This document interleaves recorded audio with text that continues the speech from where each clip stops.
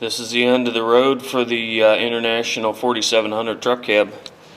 Got, look at the floor in here. Oh yeah. There she is. I ran out of SD card to video the whole paint process, but I'll give you some snippets. This will be your teaser for the finished product.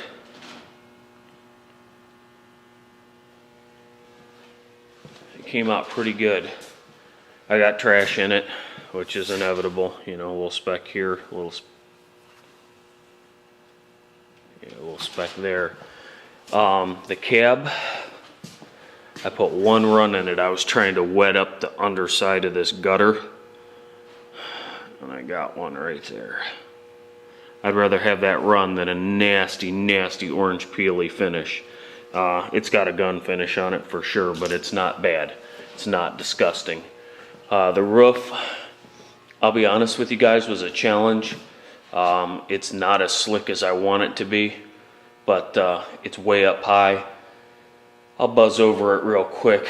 It got kind of rough. I had some issues with my sealer. Normally I probably wouldn't have sealed something like this, but I was using a new primer which is able to be converted to a sealer, and I was spraying it with too small of a tip in my gun, and I couldn't keep it wet. I had that problem on the top of the hood, and I had that problem on the roof. The rest of it was okay. You can see, I don't know if the camera will pick it up here. There's rock guard on the rockers all the way just to the body line right there, and then into the jamb itself where you can drag your boots across it. So I guess I better back up a little bit here. There we go. But all in all, it turned out real nice. I'll show you. I got the hood and the doors outside. I want to be able to put the doors on maybe tomorrow. The hood was slick. I don't know if you guys can see that. I mean, look at that. I mean, it really turned out sharp. Even this shitty grill area turned out acceptable enough for my taste. It's just real hard to get the clear and the paint back in these edges. You just kind of dial your gun down and go for it. But yeah, I mean, it is shiny. The area, look at this guy. He's a fucking dive bomber right there. That's the only bug I found in it. I watched him land after the second coat of clear, and I was going to put a third on everything, and I said, nah, there's 2 coats of a 2-to-1 Euro clear on this. There's plenty of material on it. I expected to get runs on these body lines. I hammered this stuff on, and the rep told me to just put 2 wet coats on. I said, can I put my second coat on like I really mean it? He's like, I wouldn't. Well, I'm glad I didn't listen to his advice, because I only put 1 run in it, and I did have some areas that were less than perfect slick. The roof was one. The top of this hood was another, but that was a sealer problem, so I went from texture and just right on up with it.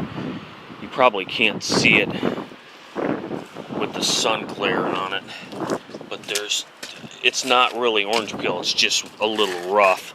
So all I'm gonna do, maybe tomorrow or Tuesday, after this is set, just a couple days, I'll just buzz over this top with some 2000 just to knock that down, because I want this particular surface where you look out over coming out of the cab here and the tops to be slick as greased owl shit. Is that how it's said? That's what I want it to look like. The rest of it is very slick. The camera won't even pick up the peel. The doors are primo. And the only other run I put in it, right on that inside lip right there. So I'll razor blade that off real quick after it's cured up. But it just is not bad. It really turned out nice. I used, I'll go back inside where it's not so windy. I used Valspar Low VOC base coat, which the rep says you got to put that stuff on wet because it will get grainy if you don't. And I'm glad I didn't use it first on a collision job. I got a lot of time on it doing this job. Probably takes some getting used to doing blends and things like that with it, because you really got to put it on wet. But the clear coat was Valspar's legacy line, EC500, which is a 2-to-1 Euro clear. And I still don't understand why he told me to just put 2 medium wet coats on it. I mean, I hammered this stuff on the second coat. The first coat I should have put on wetter. I would have rather had 3 more runs in it than to have the texture that I got in the hood of that truck. But again, a lot of that was the sealer. I had some dry spots. I should have used a gun with a 1.4 tip, but I used my SATA 3000 with the 1.3, and it just doesn't put out enough material. Just hands down, at least doing a big job. And the other thing was, they told me to use their medium activator, because this stuff likes to really flow. Well, I'm calling bullshit on that, because if I put it on like I did and only got those 2 little itty bitty runs in it on a first shot using it, something tells me that medium activator ain't that slow. I mean, I've used Euro clears before. I've used the Matrix AG40 and a couple other ones, and the MS78, which is a Euro style clear, but that one is just I don't want to say it's impossible to mess it up, but that one's hard to mess up. I mean, you can really get it on slick on your first coat. I haven't ran that but one time, and it was the first time I used it. After that, it was lights out. That's a great clear. So, I lied. I got another little run in it right there. But the weather strip comes out to about there, so I don't even have to worry about taking that one out. That one will be marvelous. And I think I talked about it earlier.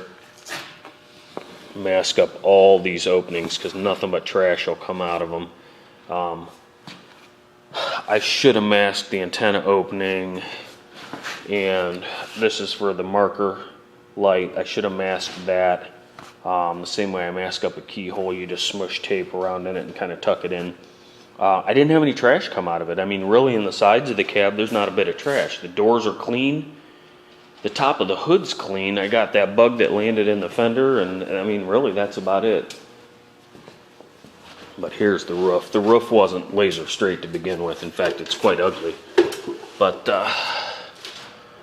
there's still some dents in it, and there's some texture in it. And again, that was just built up from the sealer being dry. I should have just waited and scuffed that sealer a little bit. There's a perfect example right there. You can see that dull spot in it. That can all be flatted down, no problem, if I so desire. I don't know if I will or won't, but you look down the rain channels here, or the stiffening channels, and they're ugly. I mean, they really are. But this hood or roof was so KO'd in the middle. I mean, it was smiling in the middle, like, you know, concave down, and I got it as straight as I care to get it. I was thinking of putting a roof skin on this truck, but after seeing what it takes to put one on, it wasn't in the budget. It just was not in the budget. So I'm kind of peacocking a little bit. I'm happy with it. A lot of times when you use a product that's new to you, you can get discouraged, because if you're not used to it, you don't know what your limits are, how hard you can push it. And that was kind of the problem I had with this. But I'm not making excuses or complaining. I'm actually very happy with what I ended up with. It could have been way worse. I'll take a couple of runs any day over a cobbled up finish. So we'll give you one last parting look here, and I'll get this cheeched up to the YouTubes for you guys, and hope you enjoy.